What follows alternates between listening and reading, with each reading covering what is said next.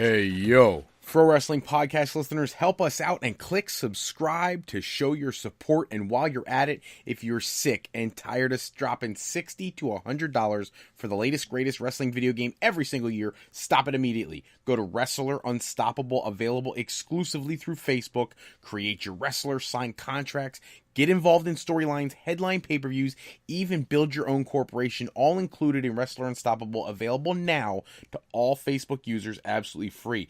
And while you're at it, make sure you enable notifications in YouTube if you are a subscriber, so you get the updates every time we put a new episode up live. If you want to become a member of the Pro Wrestling Podcast family and you want your name in the shoutouts like our buddy Harold in St. Louis, our #1 contributor, check out our Patreon page at patreon.com/Pro Wrestling Podcast and sign up today for the month of January and February. Now that we're into the new month, any $25 contributor will co-host an episode of Going Live with me, and for any $10 per month contributors, you'll be entered into a drawing for one winner to also co-host an episode of Going Live. Hello, everybody, and welcome to another live episode of the Pro Wrestling Podcast.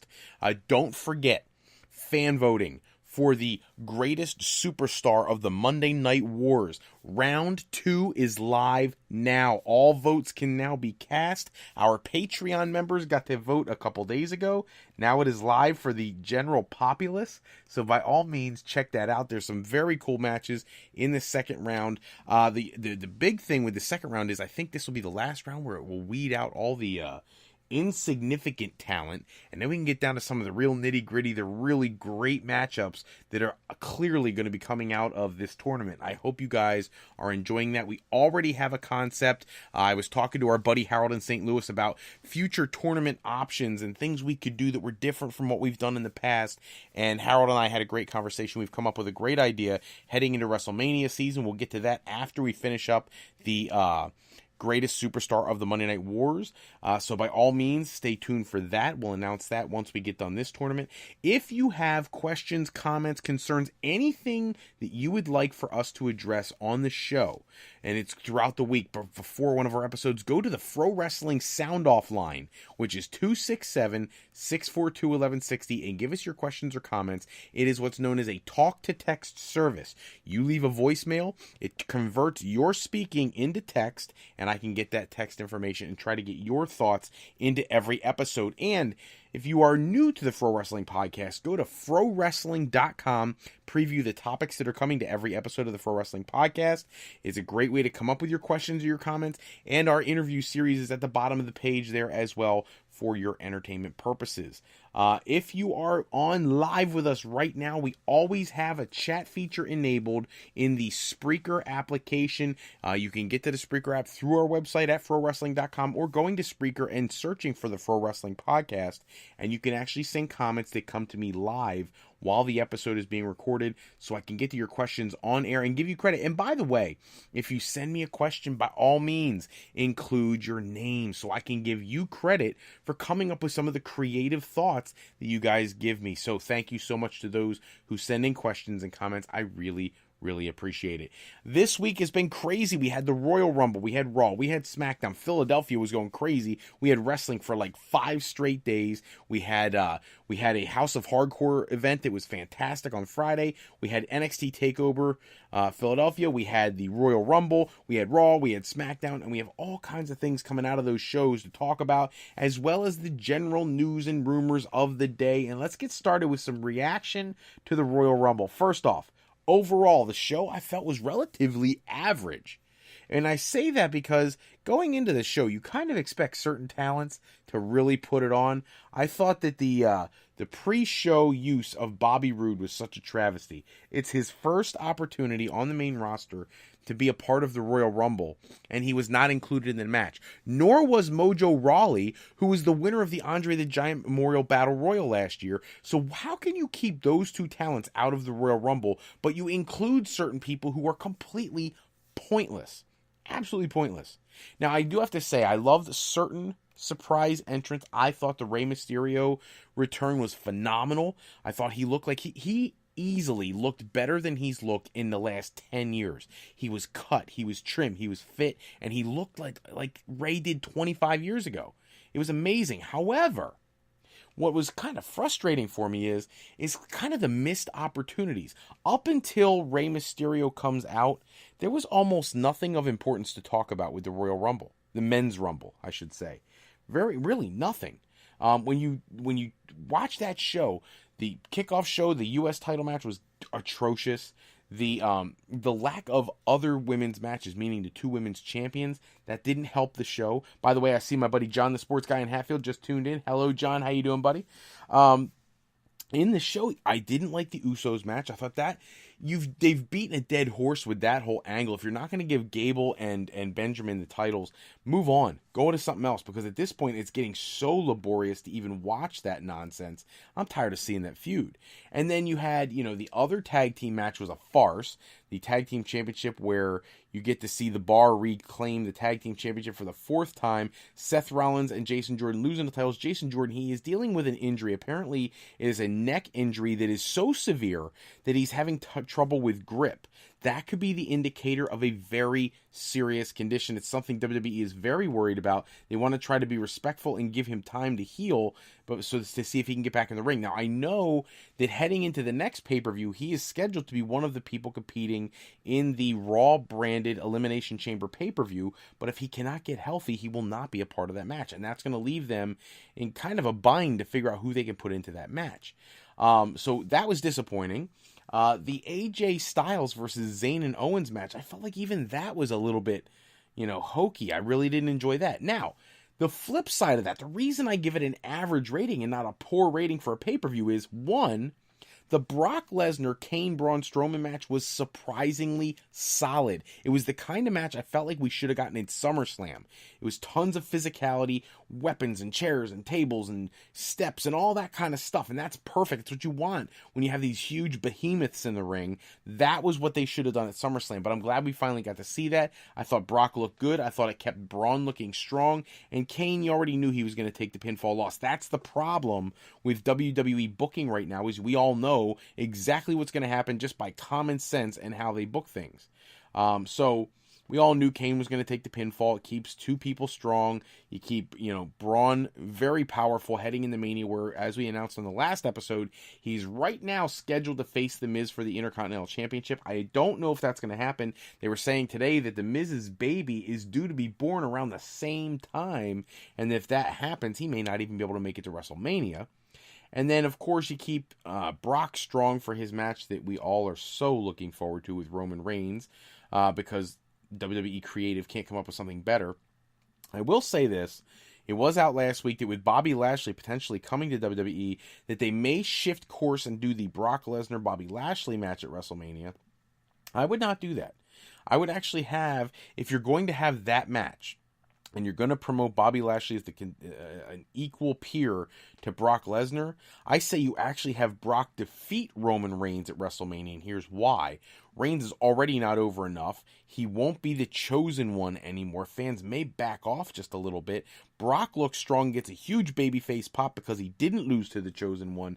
And then the next night on Raw, you debut Bobby Lashley leading into a program against Brock Lesnar at SummerSlam, when you max out Lesnar's contract before you either let him walk or renegotiate a new deal, and have Lashley win the championship and start a whole new thing, since we haven't seen it before, between Lashley and Roman Reigns potentially down the road. But at this point, I would not be doing the Roman Reigns championship win at WrestleMania, unless, and of course, our main headline of the week, the one that everybody's been talking about in pro sports all around the world, unless you headline WrestleMania with Ronda Rousey versus Charlotte Flair. There is still conversation about what the match will be for Ronda Rousey. I think this is the only opportunity you have for the women to be the main event at WrestleMania. I'm not saying that as a disrespectful thing of the women's talent. I think they are phenomenal, but I just don't see Vince, at least in his lifetime, allowing it to go any other way. If you're not going to put Ronda Rousey as the main event, then how can you justify anybody else? She's going to be the biggest draw at WrestleMania. So she should be in the prime match, the final match of the night, and it should be with one female talent. Now, the reason I say one female talent is because the word is that Rousey is, in fact, going to team with The Rock to take on Triple H and Stephanie. I am not a fan of that match. think that's a terrible idea. I think that's not how you bring Rousey out for her first major pay-per-view appearance, her first overall in-ring appearance for WWE. I think that's a horrible waste of an opportunity. This should be against Charlotte, the main event of WrestleMania this year for her debut. It'll be the biggest pop she'll ever get. Let the ladies set history. You've been doing it at all these other pay-per-views. Let them do it again. And let them headline WrestleMania. It's the one year that I think the fans would appreciate it the most, especially because they're going to be so hostile if Roman Reigns walks out as world champion. So that being said, by the way, as many people now know, at Fastlane, the Smackdown brand will be running that show. It'll be headlined by the winner of Kevin Owens versus Sami Zayn next week, taking on AJ Styles. And then the Raw branded pay-per-view, Elimination Chamber, they have announced will have the first ever women's Elimination Chamber match. Very exciting to see that that's coming. I love what they're doing with the talents. The only thing I don't like is they have Alexa Bliss defending her championship at the pay-per-view, but they don't have Brock. You know, I understand you want to work towards Brock and Roman Reigns. That's how you could sow the seeds of the match between Brock and Roman Reigns. You know, have Brock Lesnar retain his championship in Elimination Chamber, somebody else gang up and take out Roman Reigns so that that's still fresh, and then have Brock destroy everybody else en route to winning the match, thereby giving him momentum to go against Roman Reigns at a later time, pretty much at WrestleMania. That is what I would do, because, look, I'm tired of the Universal title never being defended. Once every 3 months, I saw somebody online the other day, right before the Royal Rumble, stated that Brock Lesnar was at 301 days with the championship. At WrestleMania, he will have held the title for 371 or something of that nature. And that sounds great, except that he's wrestled like 4 times. That's not a hallmark of a champion. Hulk Hogan, in his heyday, wrestled more frequently than Brock Lesnar. It's absolutely ludicrous that they want to tout this streak of keeping a championship. If I only defended the thing 3 times a year and happened to get the right opponents, I could do that too. That's not something special. Thankfully, he'll get nowhere near CM Punk's reign in the WWE for recent championships. He won't break any of the other special records, so it is what it is. But I don't like that being in the record books. It'll be the longest Universal Championship reign in the foreseeable future, blah, blah, blah. Not a fan. I'm just not. So we'll have to see how that shakes out. And then the last thing before I move on the Royal Rumble front, the Women's Royal Rumble match had everything.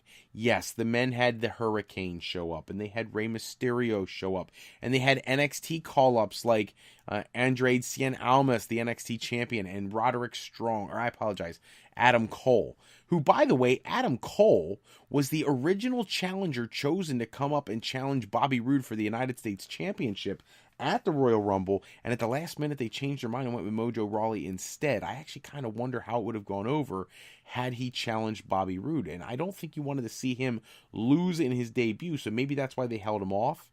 But interesting that was something that was a legit possibility. Instead, he was in the Royal Rumble. He looked great.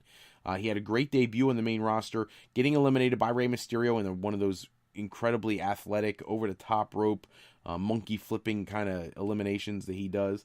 It was good stuff for that. But when it comes to the ladies, I'm just being honest. The women had half of the show, half of the match was surprise returns. Lita, Trish Stratus, Beth Phoenix, Michelle McCool, who tore it up.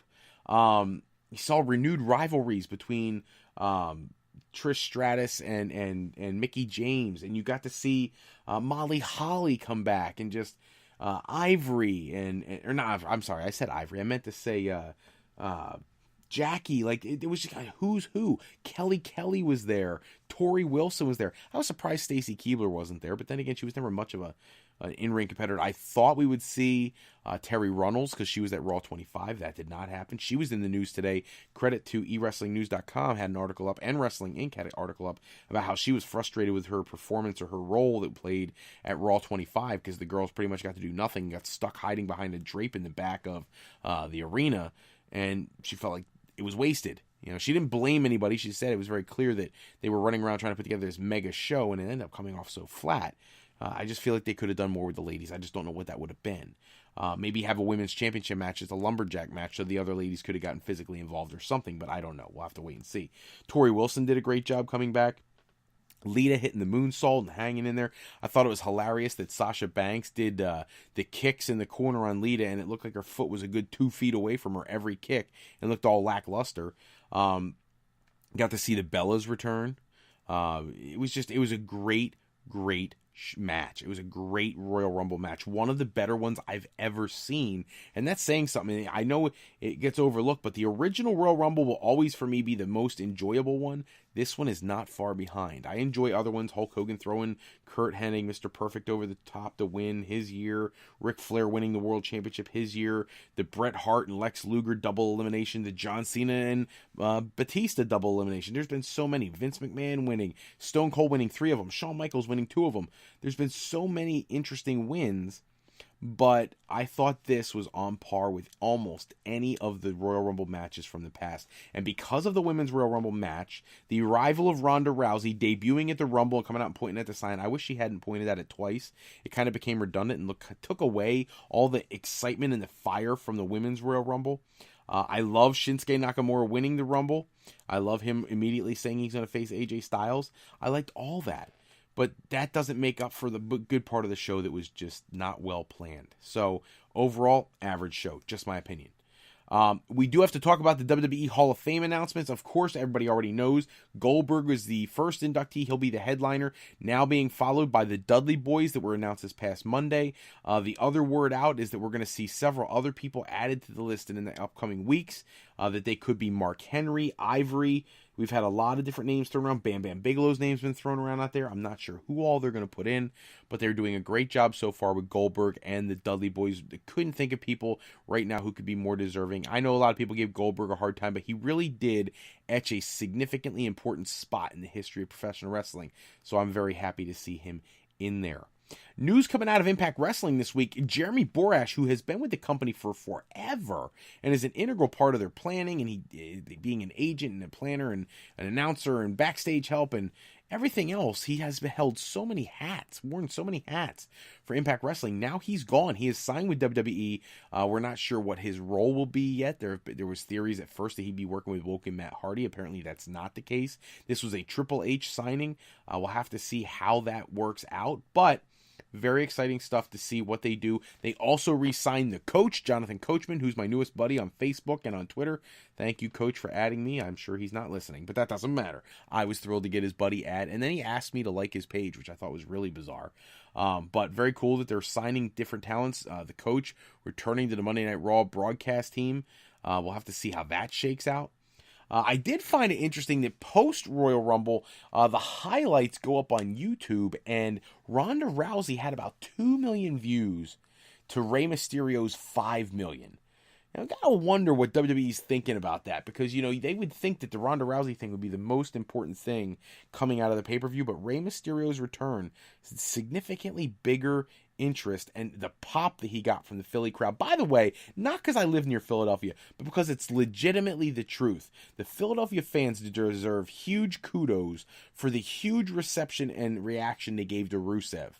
They were awesome. The Rusev Day chants were one of the highlights of the show for me. In addition, when Nakamura came out to the Royal Rumble and they kept singing his song for a couple minutes, I thought that was phenomenal. What I was not a big fan of is the fact that everybody was chanting Rusev Day during Lana's part, which is kind of disrespectful of Lana, chanting for The Undertaker when Michelle McCool was out. Look, we know Philadelphia fans are smart marks. We know that. And everybody knows that Michelle McCool's married to The Undertaker, but give her moment. She's been out of the ring for all these years. She looked great. She was doing a great job, and people are chanting for The Undertaker. I read a thing where Ryback was saying this week that he really wishes fans would just sit back. Oh, no, I'm sorry. It was Batista. Fans would sit back and just watch what they're missing.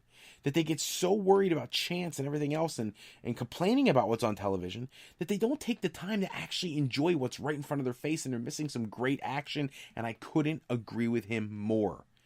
So, just my opinion, I think they need to think about those things, the fans themselves, when they're doing those chants. Some of them were amazing. That Rusev Day chant was like the highlight of the show for me. I'm just being honest. Chris Jericho, also in the news, there is rumor that he is now going to be planning to return to WWE this summer when they do their European tour.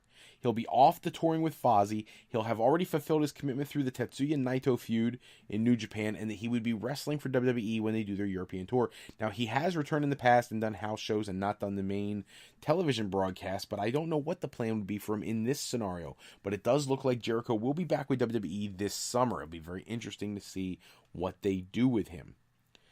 There's been coming out of the Royal Rumble, there's tons of animosity from other WWE female talents about Ronda Rousey.